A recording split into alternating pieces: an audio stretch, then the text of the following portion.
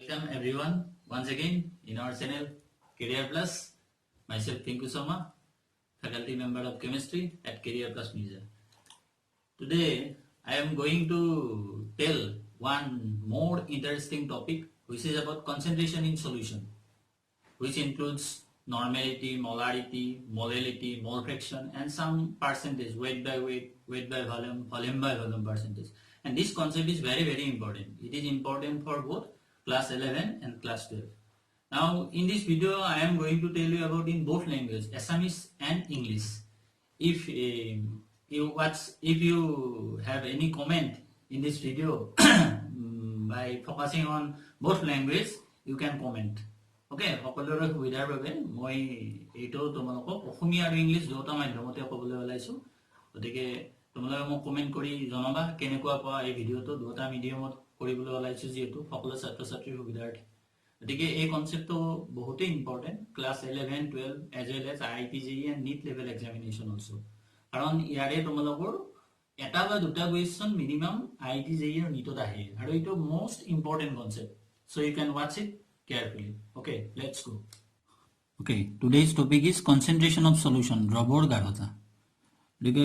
I am going to tell the topic in both the medium. So Homiya medium or Satra Satri Hole, Mo Homiat Koijam Gotakini, Domologe video to post Kuri, notebook at a milli Lishiluiba. Okay. So first we have to know what is solution. Solution means drobo. Solution manegi. A solution is a homogeneous mixture of two or more substances whose composition may vary within certain limits. Tamane duta বা ততোধিক উপাংশৰ সমহত্ব মিশ্ৰ হল দ্ৰৱ, সমহত্ব মিশ্ৰ হ'ব লাগিব। Suppose for example যদি মই লিখো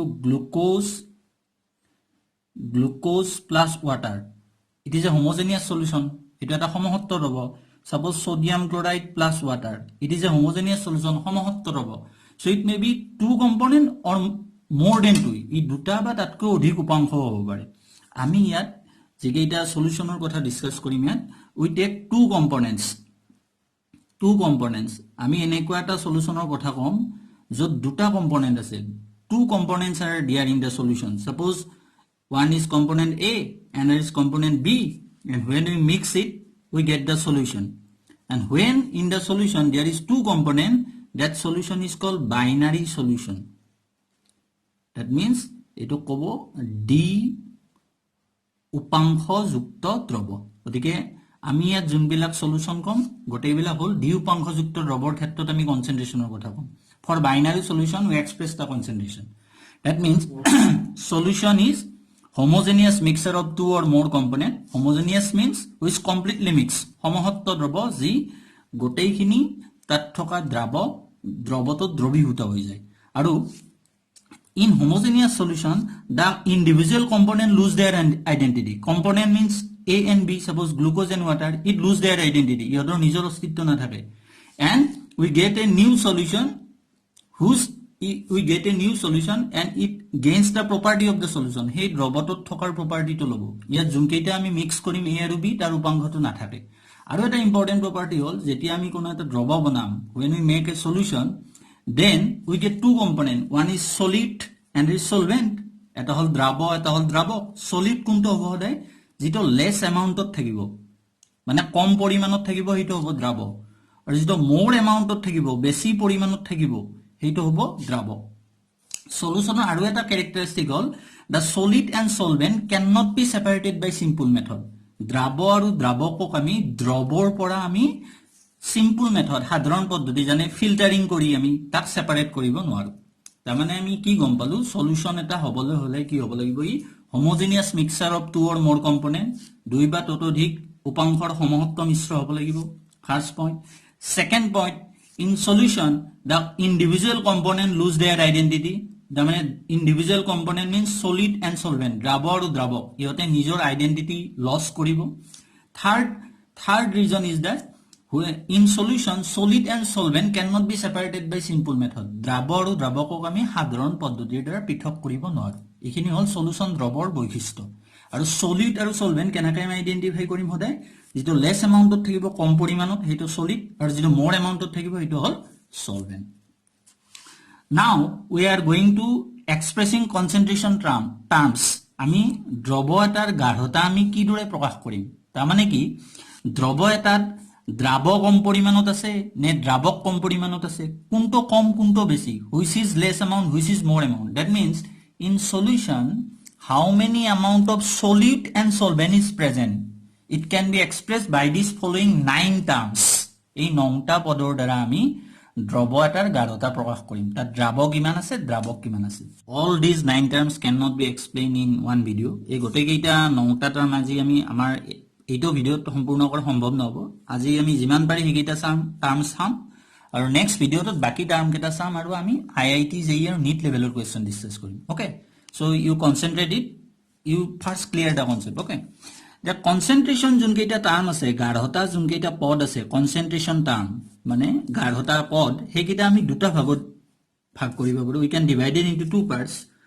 one is volume dependent remember one is volume dependent and another is mass dependent তাৰ মানে এটা হল তোমাৰ আয়তনৰ ওপৰত ডিপেন্ড কৰিব আৰু এটা হল ভৰৰ ওপৰত ডিপেন্ড কৰিব ভলিউম ডিপেন্ডেন্ট আমি টি ডিপেন্ডেন্ট বুলি ক'ব পাৰো মানে উষ্ণতাৰ ওপৰত নিৰ্ভৰশীল আৰু মাস যেহেতু উষ্ণতাৰ ওপৰত নিৰ্ভৰশীল নকৰে গতিকে আমি টি ইন্ডিপেন্ডেন্ট বুলি ক'ব পাৰো উষ্ণতাৰ ওপৰত নিৰ্ভৰশীল নহয় তাৰ মানে দুই ভাগত এটা ভলিউম ডিপেন্ডেন্ট মানে উষ্ণতাৰ ওপৰত নিৰ্ভৰশীল মাস ডিপেন্ডেন্ট মানে উষ্ণতাৰ ওপৰত নিৰ্ভৰশীল নহয় এটা ভলিউম ডিপেন্ডেন্ট কোন কেইটা হ'ব তোমাৰ এইকেইটা হ'ব ফাৰ্স্ট হল volume by volume percent and volume is related with temperature বাঢ়িলে ভলিউম বাঢ়ি যাব next তোমাৰ weight by volume percent এইটো ডিপেন্ড কৰিব next তোমাৰ ভলিউমৰ ওপৰত আৰু কোনটো ডিপেন্ড কৰিব তোমাৰ এইটো মোলাৰিটি ক্যাপিটেল M এইটো মোলাৰিটি বুলি কয় ক্যাপিটেল M মোলাৰিটি এইটো ডিপেন্ড কৰিব next তোমাৰ কোনটো ডিপেন্ড কৰিব ইয়াৰে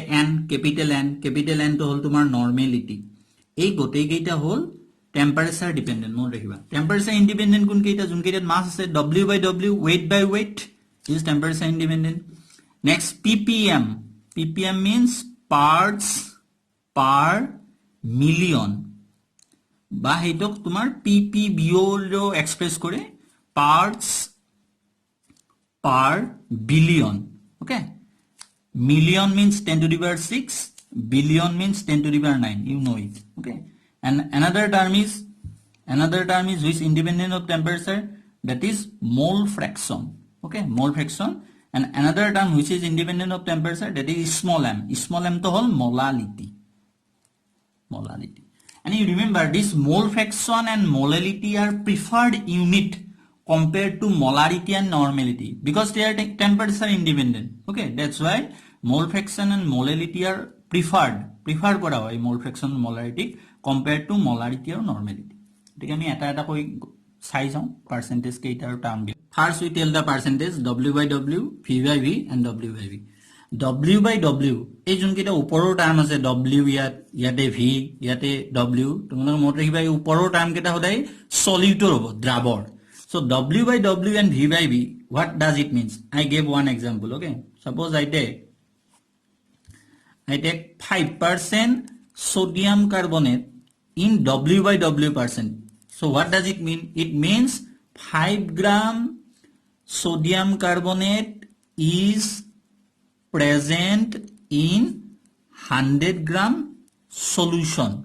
তামানে 5 gram sodium carbonate 100 gram দ্রবদ্রবী হইতে আছে both are weight W by W 5 gram eto W this is W 100 gram so what is this formula W by W percentage means তোমালোকে ওপৰত লিখিবা mass of solute মানে দ্ৰাৱৰ ভৰ divided by mass of solution that means দ্ৰৱৰ ভৰ multiplied by 100 it all W by W then V by V suppose I take 20% ethanol 20% ethanol I express it in V by V so what does it mean it means 20 ml ethanol is present in 100 ml solution both are volume this is ml so 20 ml ethanol 100 ml দ্ৰৱদ্ৰবী উটো হৈছে গতিকে ইয়াৰ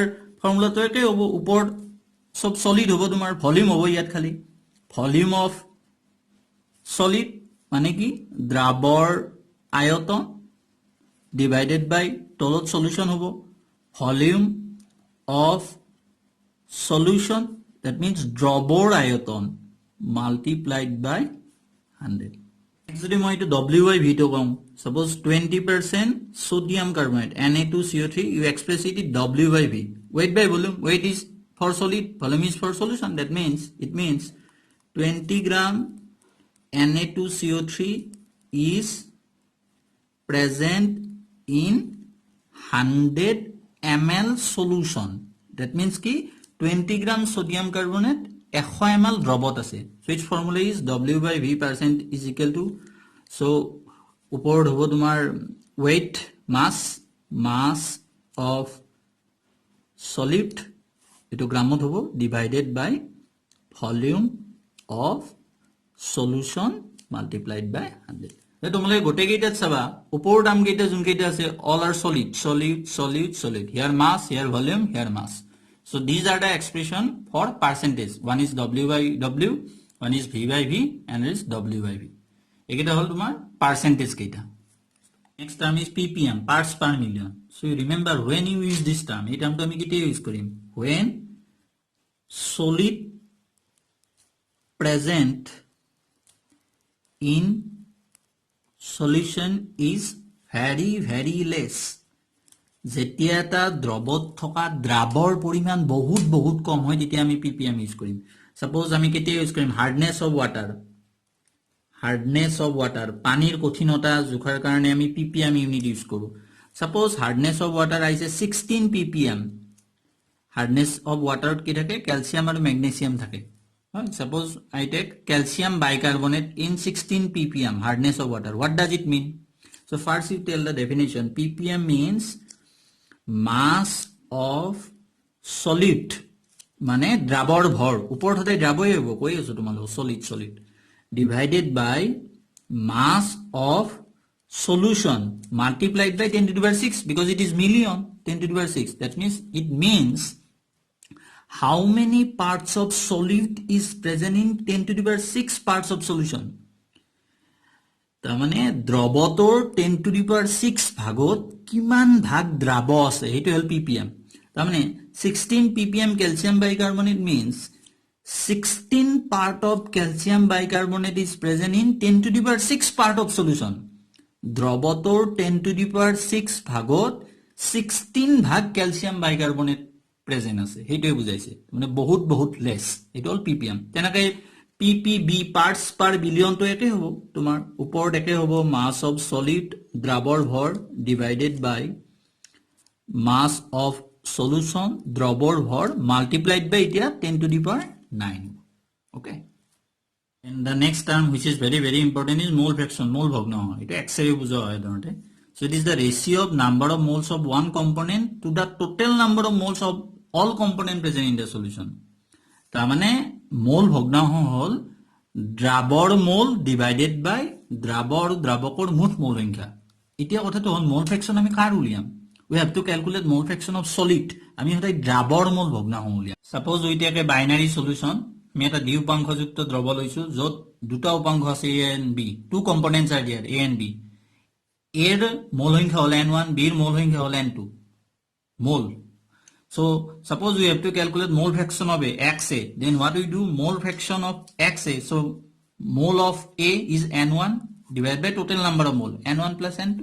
Suppose we have to calculate mole fraction of B, XB equal to mole of B n2 divided by n1 plus n2. And when we sum it XA plus XB, then we find 1. Always the summation of mole fraction is 1. That means we take summation of XA, A, B, C. How many moles are there? Always suppose I take XI. XI is 1. That means mole fraction of sum is 1. If we know if we calculate mole fraction of one component for a binary solution, then second component you easily calculate from this formula XA plus XB equal to 1. Summation of mole fraction is always equal to 1. Video I discuss some simple terms: weight by weight, volume by volume, weight by volume, percentage, mole fraction, mole fraction, then parts per million, parts per billion. So you just clear this concept because in the upcoming video I will discuss molarity, normality again, and their numericals because numericals on concentration always come in IIT JEE and NEET level also. So you just clear the concept in this video, and you watch also mole concept part 1 and part 2, because mole concept all needed here also in concentration term in the upcoming video. First you watch it, the mole concept, then you watch this video, and after that it will be helpful for you for the upcoming videos for molarity, molality and normality, some valency factor. It is more interesting. Okay, so সকলে তোমালোকে ভিডিওটো এইখিনি clear কৰি ল'বা কনসেপ্টখিনি মল কনসেপ্টৰ part 1 আৰু part 2 মই already দিছো তোমালোকে আমাৰ চেনেল কেৰিয়াৰ প্লাছত গৈ চাব পাৰা গতিকে এইখিনি ভাবিছো এইখিনি চালে তোমালোকৰ কনসেপ্ট কিছু হলেও ক্লিয়াৰ হ'ব গতিকে ভিডিওটো যদি ভাবিছা তোমালোকৰ কাৰণে হেল্পফুল হ'ব প্ৰেছ আইকনটো বেল আইকনটো প্ৰেছ কৰি দিবা আৰু ফাৰ্দাৰ নটিফিকেশনৰ কাৰণে আমাৰ চেনেলটো সাবস্ক্ৰাইব কৰিবা